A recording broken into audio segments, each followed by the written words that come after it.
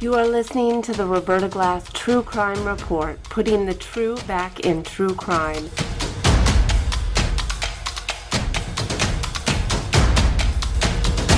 From New York City, Roberta Glass is now on the record.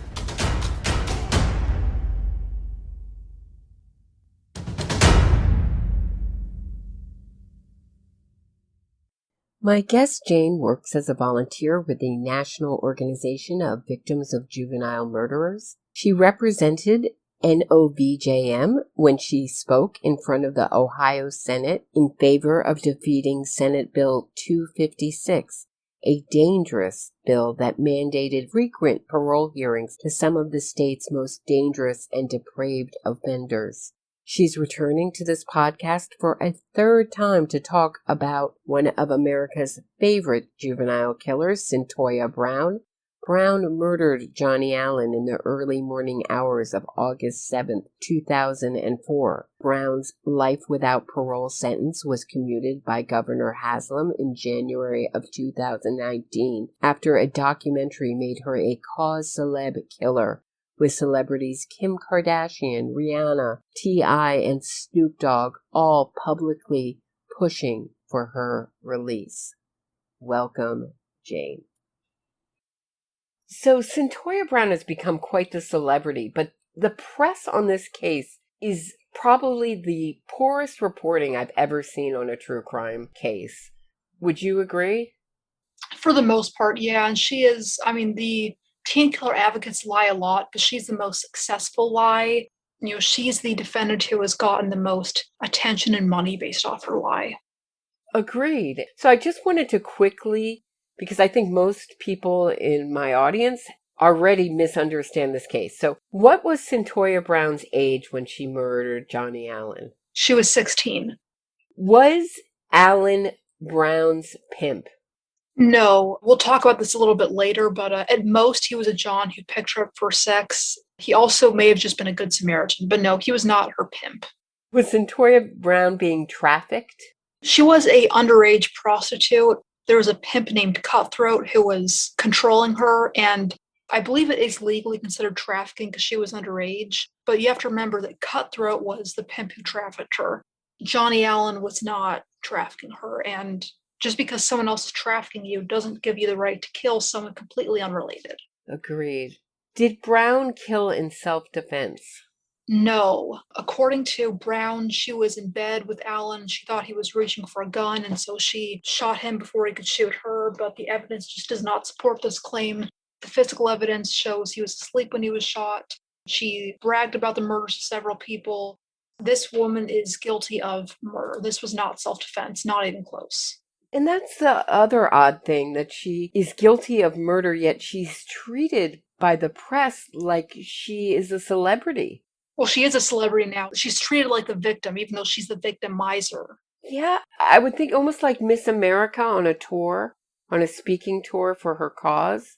I would also give her sort of a little bit of an elevation over just a regular victim interview. Mm-hmm. They don't ask any hard questions. They put her up on a pedestal, and they just nod and agree with everything that she says. I haven't seen one tough interview of her, or even one tough question. It's the most bizarre, unreal thing to see.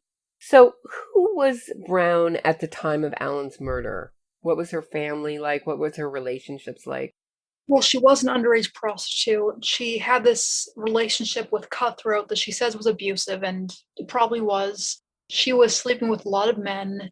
I believe she had ran away, and she had already been in trouble with the juvenile justice system before. What happened there? I don't remember. I think she was like stealing and stuff like that, I believe is the story. And I know that her mom was trying to get her on the straight and narrow, but she was constantly pushing her away. Was she in school? I don't know. I think she probably dropped out at some point.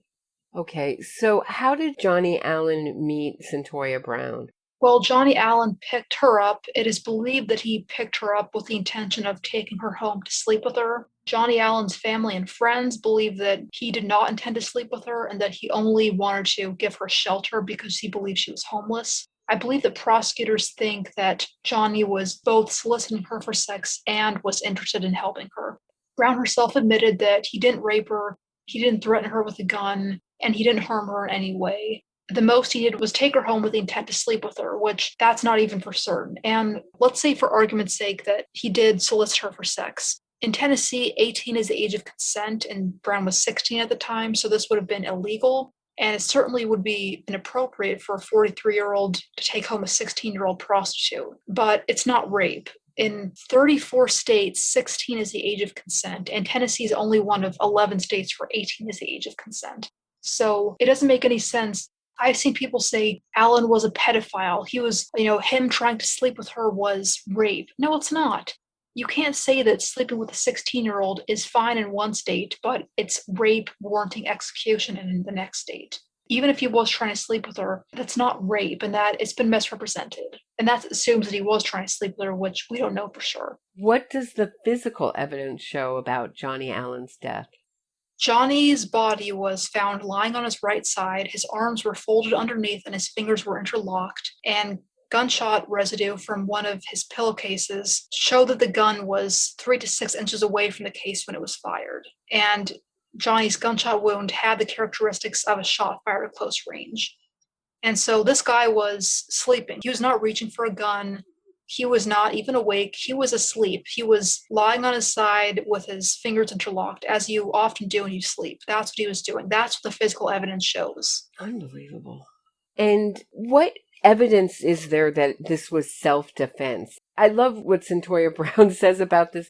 I thought he was trying to kill me or rape me. Which is it, Cyntoia Brown? It's such an odd thing to claim that you'd be lying in bed and that all of a sudden you just reach for a gun or decide to rape you at that point. I think he'd made her dinner. I think they watched a movie and stuff. She had taken a nap there. She had done all these things that indicate that she wasn't afraid of him. Mm-hmm. So yeah, and the position in which his body was found shows that he was asleep. And also, like I said just a couple minutes ago, she was bragging about murdering him to several people. So there is absolutely zero evidence of self-defense. I believe she was convicted at trial, and I believe she used self-defense as a defense, but the jury didn't buy that. So Cutthroat, which is such a menacing name, Cyntoia's pimp. How do we know Cutthroat didn't get Cyntoia to kill Alan? There are some people who acknowledge that this was not self-defense, that this was a premeditated murder for the purpose of robbery, but they say that Cyntoia isn't responsible because her pimp forced her to do that. Her pimp forced her to go to this man's house, kill him, and rob him. I'm not denying that could happen, but that's not what happened here. You have to look at her demeanor to see what I'm talking about. As you'll learn later, she crassly referred to Alan's killing as a fat lick, which is slang for robbery. She laughed and joked about it over the phone. She told her mother over the phone that she had executed a man.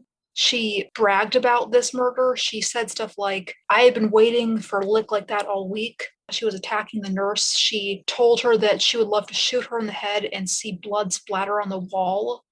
This does not sound like a terrified sex slave describing a traumatic event in which she was forced to kill someone.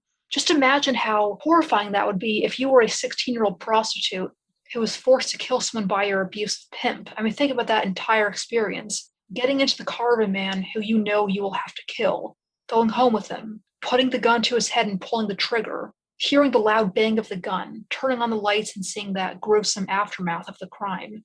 That experience would be very traumatic, and you would not refer to this as a fat lick you've been waiting for. You wouldn't brag and joke about it. You wouldn't proudly describe what you had done to a woman you were attacking. It would be too traumatic to talk about, and you certainly wouldn't be bragging about it. This is the language of a callous killer, and just so everyone knows, let's say that this was true, that Cutthroat threatened Brown with severe physical harm and said, if you don't kill and rob this guy, I'm going to seriously hurt or kill you. That's called duress. But in the legal system, duress is never a defense for killing an innocent person. So even if that was true, if she was forced to do this by her pimp, maybe that would warrant a lighter sentence and it would mitigate the crime, but it would not take away her responsibility. Interesting. So what did she do after she killed Johnny Allen? She went to her neighbor, and we identify him on the website as RR because I don't know if he wants his real name's in the court documents, I think, but I don't know if he wants his name being out there. So RR lived in the same hotel as Brown and Cutthroat. Brown told RR that he needed to help her get into Alan's house and offered him money to drive her back to the house so she could steal more stuff. And she told him that she had shot somebody in the head for $50,000 and some guns. And she said, I shot somebody in the head last night and blew his brains out. She also told RR that this was a fat lick and that she had been waiting on a lick like that all week. RR then told his roommate, who he identifies as SH, about this incident. SH went to Brown's room and asked her about it, and she told him the same story. Later, according to RR, Brown called him and threatened him and said, You better stop running your mouth about my business or I'll get to you too, or something like that. The two neighbors, RR and SH, discussed calling the police, but they feared retaliation because several days earlier, Brown had put a gun to RR's head while playing with it. So RR and SH did end up calling the police, but they were scared to do so. So she killed a sleeping man who was no threat to her, robbed his corpse, stole his car, and then wanted to go back into the house and steal some more. Yes, that's basically, in a nutshell, what she did. There's also where it really falls apart as a self-defense claim. When you want to go back in there and rob some more, you wouldn't think if it was so traumatic that you had to kill someone in self-defense, you wouldn't want to go back to the scene of the crime. No. And also the fact that she never told the police. I don't know. You could argue either way on that. You could say that she wouldn't have trusted the police anyway, blah, blah, blah, because of her life of crime. But it certainly shows consciousness of guilt. Not consciousness of guilt. It's just that she just didn't care. Yeah, he was just a means to make money for her. She had no concern about him. Really, this case makes my blood run cold. Just the pure callousness. So how did this, doesn't seem like this would be a young person that would want to be held up by the movement as an example. Is this the best of these teen killers? How did Brown how did she get a movement behind her? Well, she was convicted and sentenced to life with parole after 51 years, but she continued to spread this lie that the killing was self-defense. And there was a lot of pressure, so the Tennessee governor eventually granted her clemency and she was released. I just want to know why they picked her. Why her? Well, because they knew that not a lot of people were looking into the evidence and they could easily use her to lie. The teen killer movement lies all the time. Don't you think it's also her face? And she also plays up her youth. She would wear her hair in ponytails. Yeah, that was not just a coincidence that her defense had her wear like pigtail braids that one day in that famous picture. You know the famous picture where she's looking with those puppy dog eyes and she has pigtail braids, she looks so young? Yes. That's the image they want us to see. And that goes into what I've talked about earlier in this show, which is how the teen killer movement uses pictures of like 7 and 8-year-old child models to advance the cause of freeing 16 and 17-year-old murderers. It's a false image. And what celebrities came rallied behind Cyntoia Brown? Rihanna, Kim Kardashian, quite a lot of them. And these celebrities, they had good intentions, but they were very negligent and irresponsible. They believed Cyntoia Brown's lie that it was self-defense, and they didn't bother to look at the evidence before they promoted that lie. And if you're going to tweet, post, write, or speak about this case or any case, you should at least look at the facts and not just believe what you hear on social media. And this applies to everyone, but it's especially important for celebrities who have a big audience. If you're like the average person who has, 20 Twitter followers and, maybe your family, your friends, people from work are following you, even then I think you have an obligation to research what you're going to post about. But if you're Kim Kardashian and you have tens of millions of Twitter followers, you definitely have an obligation to research this stuff before you post about it because you have so much power and you have such a wide reach. And these celebrities did not do that. They blindly believed her lie. They didn't look into the case any further, and they just spread this lie. Unbelievable. So what did she do after she got out of prison? She is now making money. She's doing she wrote a book and she's doing book signings. She's doing speaking engagements. She's doing all sorts of stuff to advance her cause, celebrate status, and to make money. This is an interesting case because most of the other cases that I talk about, the advocates of the convicted killers are pushing innocence. In this case, no one is arguing that she didn't kill Johnny Allen. So she's an admitted killer. What does she say about it now? She says that she was lying in bed with Johnny and She believed he was reaching for a gun, so she shot him in self-defense. And the evidence just, like I said, does not support this claim. And there is a bunch of evidence against her. We already talked about the neighbors. Mm-hmm. There's one time where she was at the Western Mental Health Institute for an evaluation, and she wanted to call her adoptive mother, but a nurse didn't let her make that call. So Brown attacked the nurse, jumped over her desk, grabbed her hair and face, and hit her. And as Brown was attacking the nurse, she said, "I shot the man in the back of the head, and bitch, I'm going to shoot you 3 times in the back of the head, and would love to see your blood splatter on the wall." And what did she say to her fellow inmate, too, about the crime?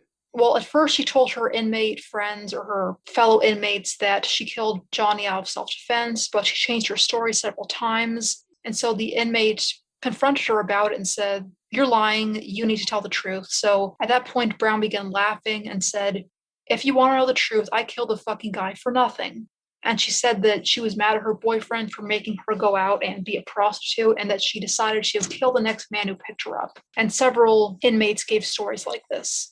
There's one inmate I know who said that she told him, "I killed Alan just to feel what it was like to kill someone." Yeah, she told an inmate that she killed Johnny just to see how it felt to kill somebody. And this inmate also gave detectives a note, which Brown had given her. And the note said, "Everything is the truth. I swear it on my life, except I thought he was getting a gun and a feeling of nervousness." And according to a forensic document examiner, that note was written by Brown. Other notes that Brown gave this inmate were discarded, but the inmate said that if she had kept them, police would have had a full confession. So she's admitting to her fellow inmates in writing and in spoken word that this was not self-defense, that the self-defense story was made up. And if it really was self-defense, why would she do that? Why would she say that the self-defense story was a lie? It doesn't make any sense. And the recent interviews I've seen with her, she takes responsibility for nothing. She's a victim of circumstance all the time. She's a victim of her pimp. She's a victim of her real mother. Everything in negative that happened to her in life, including her killing Alan, was everybody else's fault. Mm-hmm. It's really unbelievable. And what's interesting is when you talk about the inmate stories, the inmates not believing her. How do these inmates have more skepticism than our press? I guess because the press are brainwashed and the inmates weren't. I guess so. Why do anti-trafficking activists champion Brown? I have no idea. They believe the lie that she was a sex trafficking victim who killed her trafficker in self-defense, and they're just not looking into the facts.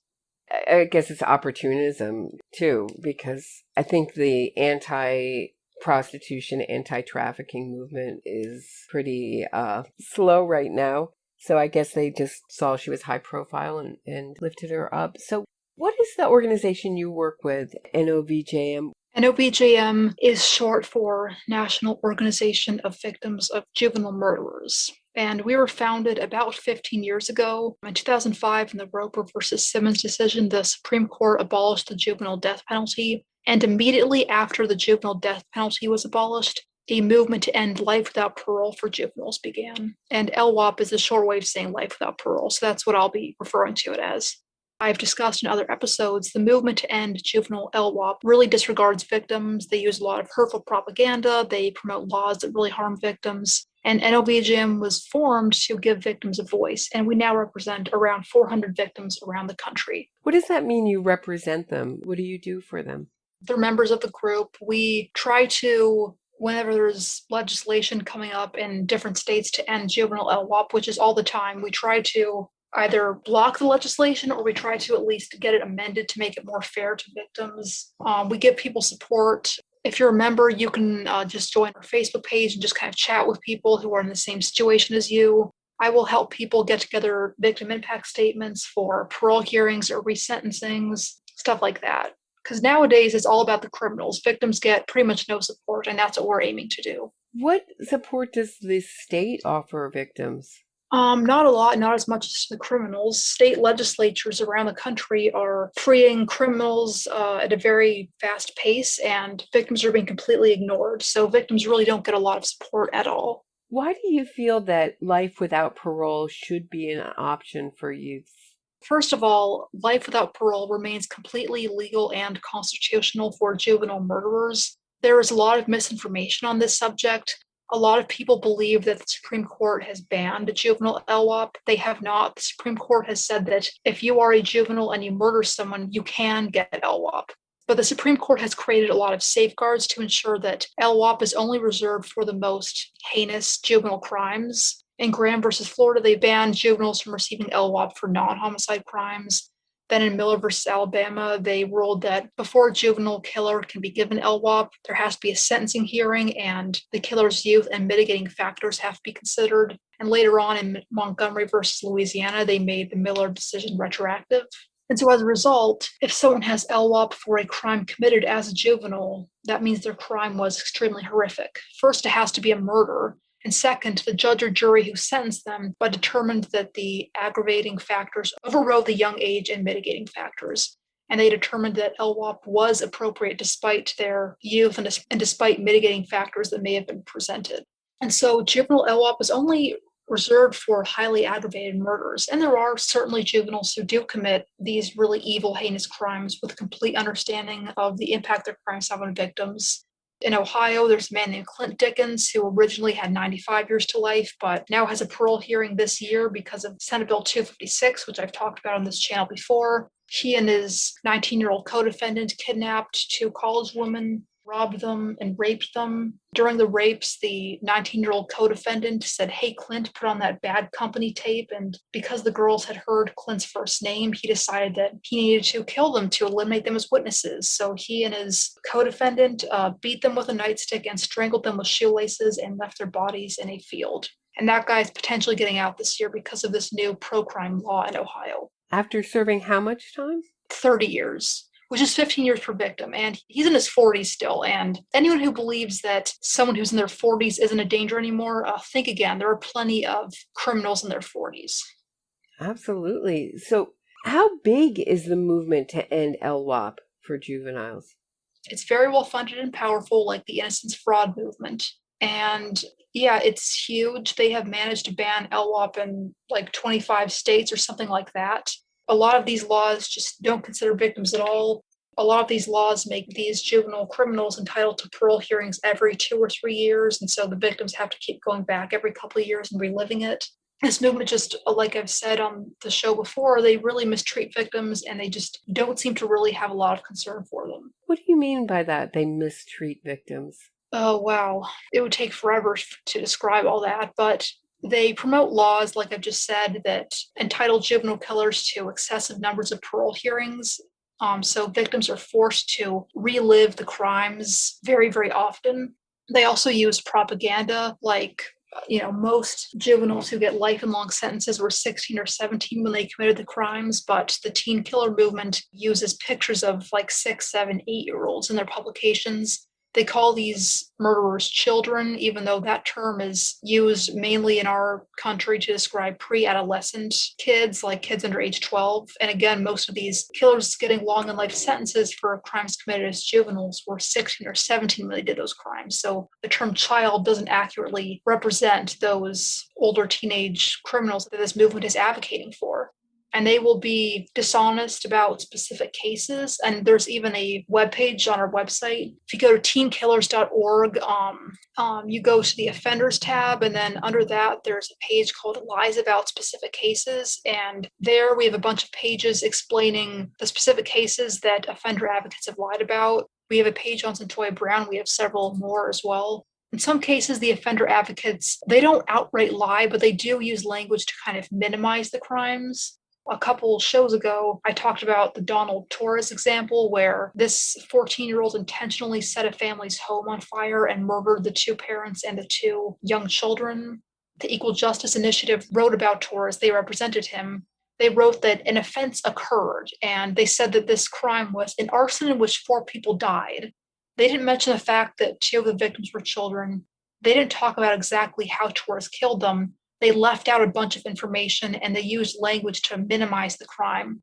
And that often happens. But some other times the offender advocates will outright lie, and Brown was just one of those cases. Another great example is Ashley Jones.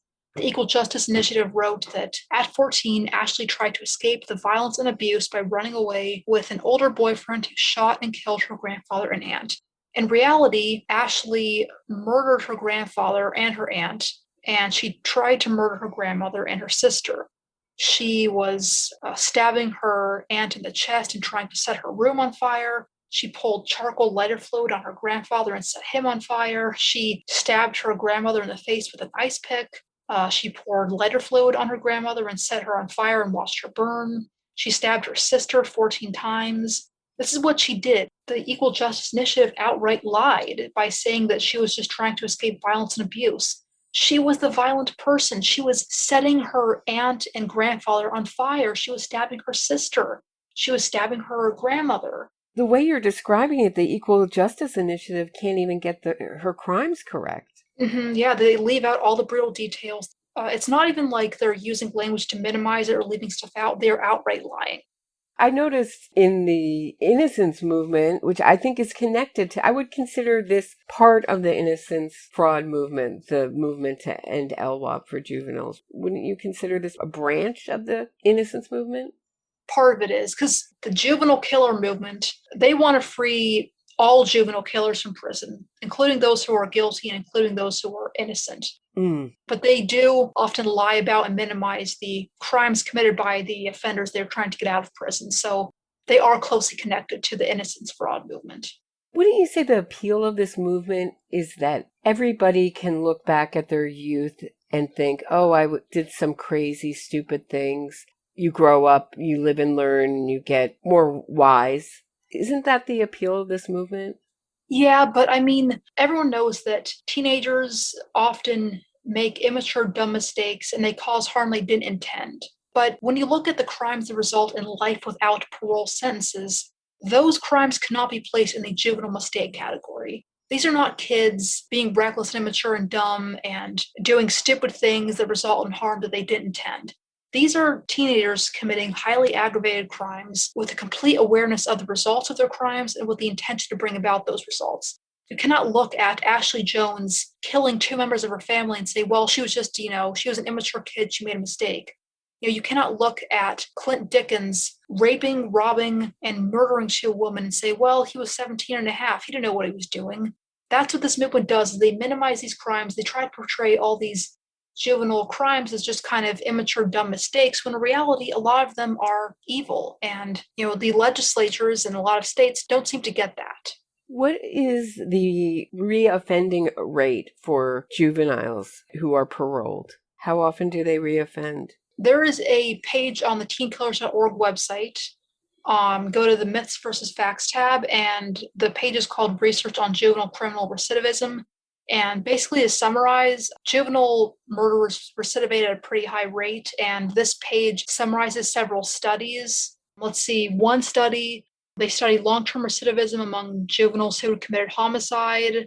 The sample consisted of 59 male juvenile homicide offenders from a state in the Southeast. These offenders had committed murder or attempted murder and were prosecuted as adults. Of those who were released, 90% were rearrested during a 30-year follow-up period, and over 60% were rearrested for violent offenses. And 4 of the offenders committed another homicide, while 1 committed another attempted homicide. How is that compared to the rate of recidivism in adults who get similar sentences? I would have to look at that more, but I think that recidivism among all offenders is pretty high. I believe it's the Bureau of Justice Statistics recently released a report where they looked at recidivism among offenders who are released from prison, and it's not pretty. Most of them do get out. Most of them who get out do commit more crimes. Unbelievable. So what's going on in Missouri now? We have yet another bill. This was Senate Bill 26, and it already passed because what happened was Senate Bill 26 does a lot of stuff. One part of the bill bans life without parole for juvenile criminals and entitles juvenile offenders to parole hearings after 15 years. What? And this is, that's what this... So if my audience can understand one thing, if you are a youth and you get life without parole, your crime is going to be very heinous. So the idea of 15 years and then get your first parole hearing is very minor time compared to life without parole. It really demeans the crime because, so in our system, the punishment an offender receives is supposed to be proportionate to the severity of their crime. And when you say that the crime only warrants 15 years, you're minimizing the severity of that crime. You're saying, well, that this is a crime that only warrants 15 years. It demeans the crime, it devalues the victims. If I were the family member of someone who was brutally murdered and that person got out after a decade and a half, I would feel personally offended. I think a lot of people feel that way. Absolutely. But what happened with this bill was that Senate Bill 26 does a whole bunch of stuff, and the juvenile parole part was just one small part of it. So I think that a lot of the legislators who voted for it didn't even know that this juvenile parole part was in there. And this is going to affect a lot of really bad cases. One of them is Alyssa Bustamante. She was that woman in 2009 when she was 15. She lured a 9-year-old girl named Elizabeth Olsen into the woods and stabbed her and strangled her and slit her throat and buried her in a pre-dug grave. First of all, this is a horrific crime that warrants longer than 15 years. That's one element, is that the punishment, her new sentence is not severe enough. Originally, she had pled guilty to second-degree murder and gotten 35 years to life, but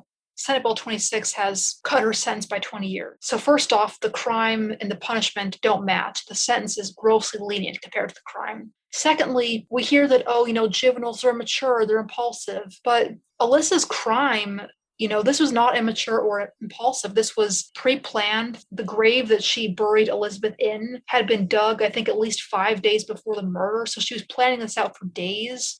This was criminally sophisticated. This was not an immature juvenile mistake, but it's being treated like that. And the argument from the advocates of this bill, because NOVJM has sent several emails and we're trying to call them out on this, but the argument is that, well, this bill will only allow people to be released from prison if they deserve to be released. This is only meant to help those who were overcharged. People like Bustamante who commit these really heinous crimes, the parole board won't release them. And this argument is one of the dumbest arguments I've ever heard. First of all, how can you be sure that the parole board will never release Bustamante? You can't. Even if the parole board in Missouri has now is reluctant to release violent criminals, the parole board can change. And in the future, you could have a parole board that is more open to releasing them. And you could have laws that mandate, or you could have laws that make it easier for criminals like that to be released. And by the way, the Missouri Parole Board, I don't even think they are reluctant to release these kinds of criminals because they've been releasing, I've heard from people in Missouri that the Missouri Parole Board has released a bunch of really bad criminals recently. So I don't even know that that is even true. And let's say that, the parole board in Missouri is reluctant to release these really dangerous criminals and they'll remain that way. Giving someone like Bustamante even the smallest chance to be released is still unacceptable because she is so dangerous, she shouldn't even have the smallest chance to be released. And even if she isn't released, the impact this is going to have on Elizabeth's family of having to relive this, those kinds of statements ignore the impact the parole hearings have on victims. Those statements are very tone deaf, and Elizabeth's family is not responsible for anyone being overcharged. So to punish them and make them go through these painful parole hearings so that someone else can get out of prison, it's ridiculous. And just this idea that so Alyssa's going to get a bunch of parole hearings but not get out. I mean, the point of a parole hearing is to determine if an inmate should be paroled. If Alyssa's not going to be paroled and no one wants her to be paroled, why would we have parole hearings? It's a waste of time and money and energy. And we were just talking about the Julius Jones case before we started recording, and that's a case in Oklahoma, death row case, where the governor has appointed innocence activists to the parole board. One of them was retweeting Kim Kardashian's free Julius Jones tweets. And that particular board let out a guy who went on to be a cannibal killer. Mm-hmm. Killed 3 people and ate one. Not the greatest example of a wise parole board that's going to make a great decision. This movement has so much money and can fund governors' campaigns and not only get the kind of laws they want passed, but put the kind of people that they want on these pardon and parole boards. And the Missouri Parole Board released Christopher Simmons, or I believe he's going to get out in 2024. For those who don't know, Christopher Simmons is a defendant in Roper versus Simmons. That's the case where the Supreme Court abolished juvenile death penalty. And first of all, this crime is horrific. Christopher decided he wanted to know what it was like to kill someone, so he went into Shirley Crook's house. He kidnapped her, he restrained her, bound and gagged her, drove her to a state park, covered her face in duct tape, tied her hands and feet, and he threw her into a river and drowned her, all because he wanted to know what it felt like to kill. The Missouri Parole Board has decided to release him. And what's horrific about that is that this guy was on death row. And when the Supreme Court banned the juvenile death penalty, they assured us that Simmons and people like him would never get out of prison. They assured us that even though the juvenile death penalty was no longer an option, life without parole would still remain an option, and we could still ensure that Simmons and people like him couldn't get out. But now that promise is being broken, and Christopher Simmons is going to be released. And a lot of, talking to a victim advocate in Missouri, a lot of other really bad criminals are being released by the Missouri Parole Board. So for these people to say, oh, Alyssa Bustamante won't be released, it's a ridiculous argument.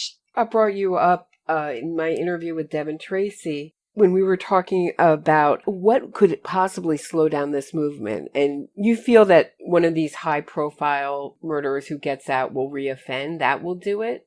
I think that there have been plenty of cases where criminals get out of prison and then reoffend, but what I think will really slow down this movement is when there is a more high-profile example of reoffending. Mm-hmm. Because a lot of these times when these criminals get out early and commit more crimes, those don't get a whole lot of media attention. But at some point, one of the crimes committed by these early released inmates is going to get a lot of attention, and that's what's going to slow this down. What can the audience do to help? In Missouri, we have a petition on change.org. It has over 2,600 signatures. Please sign that. Do you have to live in Missouri to sign it? No, you don't. There is a Facebook page called Victims Against Missouri SB 26. You should sign that. You should like that. And on one of our posts, we list the emails of every single Missouri legislator, and we give a nice form letter you can use. So you should email the entire Missouri legislature. I think that people should learn more about the lies being told by the pro-crime movement. Our website has a page called Lies About Specific Cases. And under that, we have the Lies About Specific Cases page under the Offenders tab. And under the Lies About Specific Cases page, we have a whole bunch of pages explaining the lies told about specific crimes. We have a page on Cyntoia Brown. We have a page on Ashley Jones. We have many, many more. And you should just look through those and just, learn what's really going on, what really happened, and what the advocates are lying about, and share this information with others, share this video. Even though we don't have the amount of money that the killer advocates have, we do have people like Roberta and her audience who can help spread the truth. And so, that's something that you can do. Absolutely. It doesn't cost anything to retweet something, to sign a petition. If you have time, you're welcome volunteers. It's just really interesting. I thought your organization didn't take any money because there's no place on your website to send money. It's such a contrast to the Innocence Project website where a donation is on every page. Mm-hmm. There's a place to donate. But you do take donations, correct? Mm-hmm. Yes. And if you're interested in volunteering, my address is public. The NOVJM Facebook is public. Mm-hmm. Your website, teenkillers.org. Did I miss anything? You can email me at novjmlegislation@gmail.com. Jane, it's really been a pleasure. Thank you so much. You're doing great work. Thanks so much for this interview. All right. Thank you very much for having me. Thanks everyone for listening, and have a wonderful day.